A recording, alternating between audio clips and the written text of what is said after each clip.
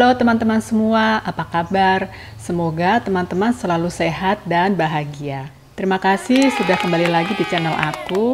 Dan buat teman-teman yang baru pertama kali nonton video aku, salam kenal.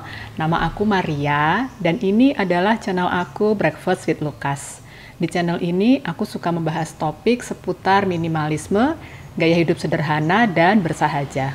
Di video kali ini aku ingin sharing tentang beberapa kategori barang yang tanpa kita sadari dapat menimbulkan clutter di dalam rumah kita. Kategori barang yang pertama, barang-barang yang tidak kembali ke rumahnya. Aku pernah sharing di video aku sebelumnya bahwa salah satu kebiasaan baik supaya rumah kita itu bebas clutter adalah setiap barang yang ada di dalam rumah kita itu harus mempunyai rumah atau tempat penyimpanan.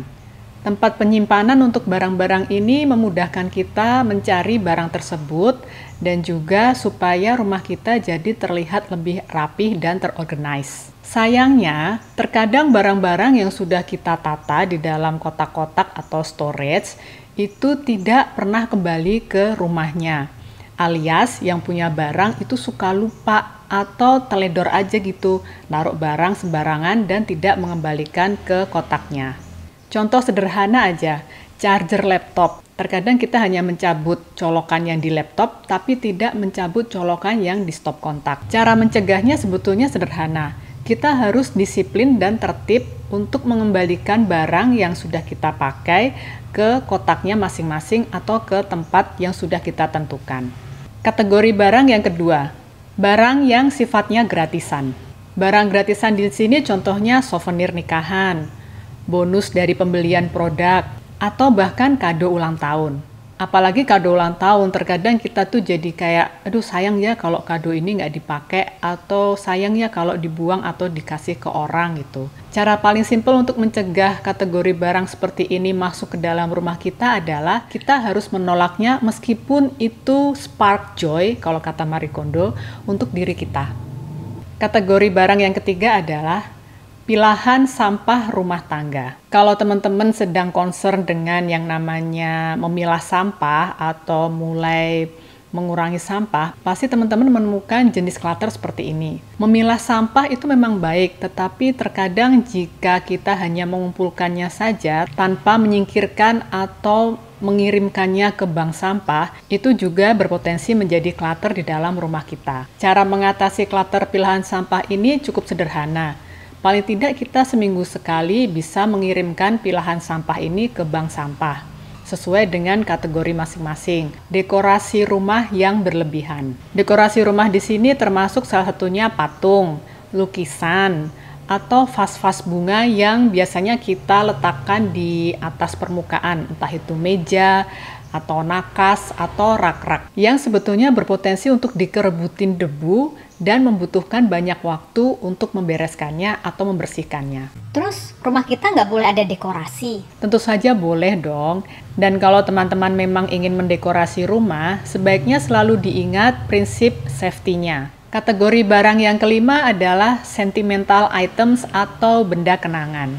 Nah, biasanya nih benda kenangan inilah yang paling berpotensi menimbulkan clutter di dalam rumah kita. Karena kita tidak mau melepaskan si benda kenangan ini. Benda kenangan itu bisa berbagai macam, misalnya foto-foto keluarga, foto-foto zaman kita kecil, atau mungkin medali atau piala kejuaraan. Jadi kita memenangkan sebuah kontes terus dapat piala atau medali. Atau bisa jadi barang-barang warisan dari orang tua yang sebetulnya kita nggak butuh-butuh amat, tetapi itu adalah tinggalan orang tua, jadi kita tidak mau melepaskan si barang ini. Dan mungkin teman-teman ada yang masih menyimpan surat dari mantan pacar, padahal mantan pacarnya udah move on nikah sama orang lain, tetapi teman-teman masih nyimpen suratnya.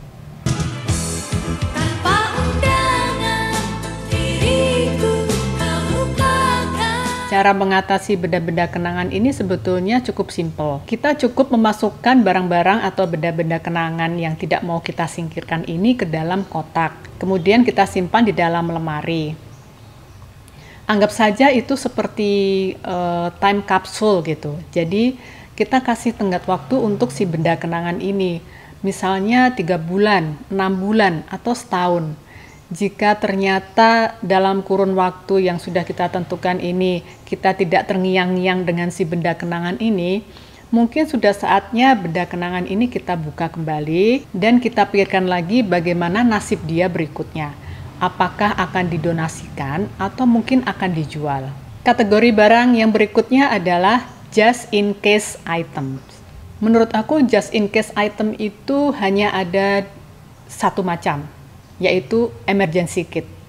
Emergency kit di sini termasuk alat pemadam api rumahan dan obat-obatan basic seperti paracetamol, obat luka, dan antiseptik. Intinya adalah barang-barang yang memang kita butuhkan dalam keadaan darurat. Terkadang ada orang atau beberapa keluarga yang suka nyetok barang gitu. Jadi misalnya kayak sabun cuci piring misalnya. Kadang ada yang suka beli 2 saset atau 2 pouch atau 3 pouch hanya dengan embel-embel just in case sabunnya habis. Padahal barang-barang kebutuhan sehari-hari itu bisa kita beli di warung atau di convenience store setiap saat, bukan? Jadi kayaknya nggak perlu deh nyetok-nyetok gitu. Di samping itu, stok-stok barang kebutuhan rumah tangga itu justru membuat kita itu jadi menambah storage hanya untuk menyimpan si stok barang ini.